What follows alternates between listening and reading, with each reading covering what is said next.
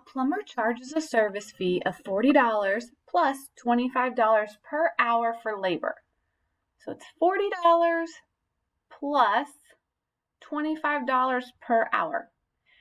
Question A says, write a function rule for the total cost of hiring the plumber for a job that takes X hours. So up here where it says $25 per hour, we're going to let X represent the hours.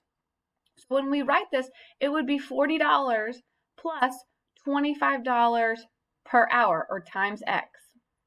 So if we look down here at our options for A, $40 plus 25X, that works. This one works. Here it says $40 times hour plus 25. That's not what it says. It says $40 plus $25 per hour. So that one's wrong. And then this one's also incorrect. So we have it down to a 50-50 guess. And now let's look at the next part. Then it says, how much would it cost to hire a plumber that takes a job, for a job that takes 4 hours? Well, remember, X represents hours, so we're just going to plug in a 4 here. And anytime we use the substitution method, we have to make sure we put it in parentheses. So instead of writing X, I'm going to plug in a 4. And then you can remember your order of operations, or you can type this in your calculator.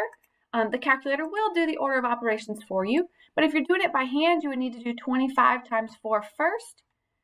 If you're doing it in the calculator, you can do it all in one step. So 40 plus 25 times 4. Let's type that in. 40 plus 25 times 4. And that is $140.